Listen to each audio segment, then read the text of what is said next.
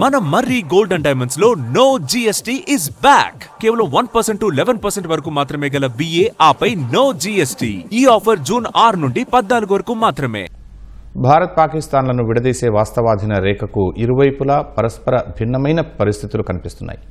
పాక్ ఆక్రమిత కశ్మీర్ ఆందోళనలు హింసాత్మక అల్లర్లతో అట్టుడుకుతూ ఉంటే భారత్లోని జమ్మూ కశ్మీర్ ప్రగతి పథంలో దూసుకువెడుతోంది. పీఓకేలో ప్రజలపై సైన్యం దమనకాండలో పదుల సంఖ్యలో ప్రాణాలు కోల్పోయిన రోజే కశ్మీర్లో చరిత్రలో సువర్ణాక్షరాలతో లిఖించేలా అత్యంత సంక్లిష్టమైన టన్నెల్ నిర్మాణంలో కీలక పురోగతి నమోదైంది.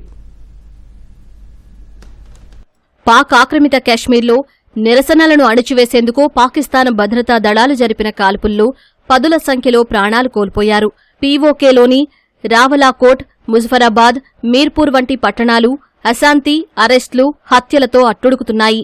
ఈ ప్రాంతంలో పాక్ ప్రభుత్వ ఆధిపత్యాన్ని స్థానికులు తీవ్రంగా వ్యతిరేకిస్తున్నారు. సరిగ్గా అదే సమయంలో అక్కడికి 100 కిలోమీటర్ల దూరంలో ఉన్న భారత్ జమ్మూ కాశ్మీర్లో జోజిలా టన్నెల్ నిర్మాణంలో కీలక ఘట్టం పూర్తి కావడంతో ఇంజనీర్లు సంబరాలు చేసుకున్నారు.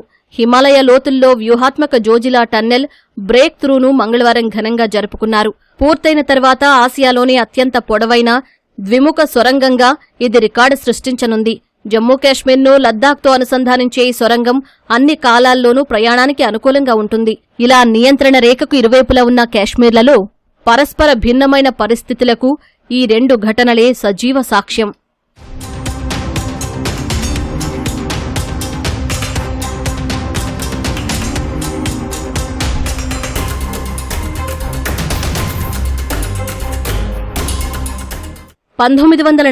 లో పాకిస్తాన్ దుశ్చర్యల కారణంగా విడిపోయిన ఈ రెండు ప్రాంతాల ప్రస్తుత వాస్తవ పరిస్థితులను ఈ ఘటనలు కళ్లకు కడుతున్నాయి. జమ్మూ కాశ్మీర్, లద్దాఖ్, గిల్గిత్, బాల్టిస్తాన్, షక్స్గామ్ లోయలు భారత్లో అంతర్భాగం కాగా 1947 నుంచి పాకిస్తాన్ కొన్ని ప్రాంతాలను ఆక్రమించుకుని దురాగతాలకు పాల్పడుతోంది.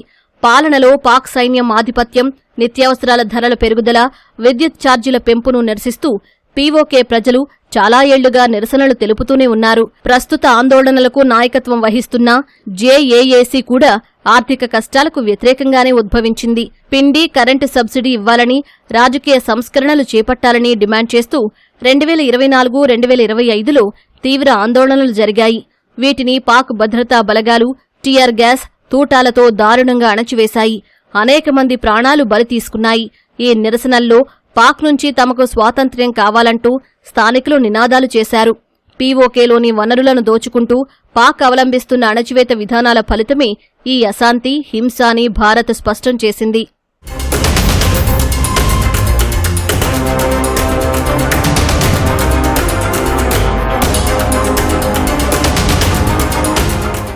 మరోవైపు గడిచిన దశాబ్ద కాలంగా జమ్మూ కాశ్మీర్ ప్రగతి పదంలో పరుగులు పెడుతోంది.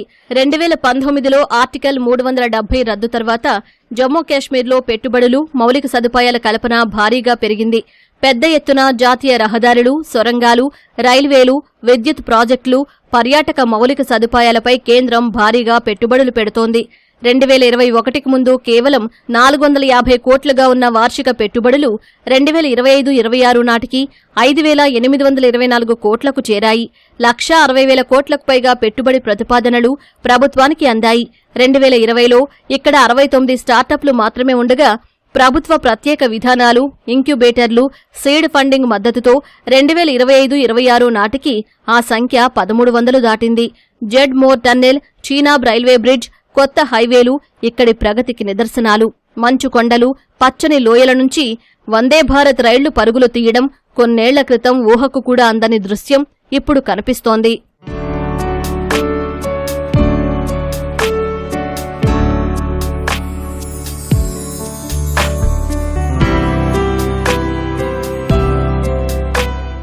కశ్మీర్లో కనిపిస్తున్న ఈ స్పష్టమైన అభివృద్ధి పాకిస్తాన్కు కంటిమీద కునుకు లేకుండా చేస్తోంది.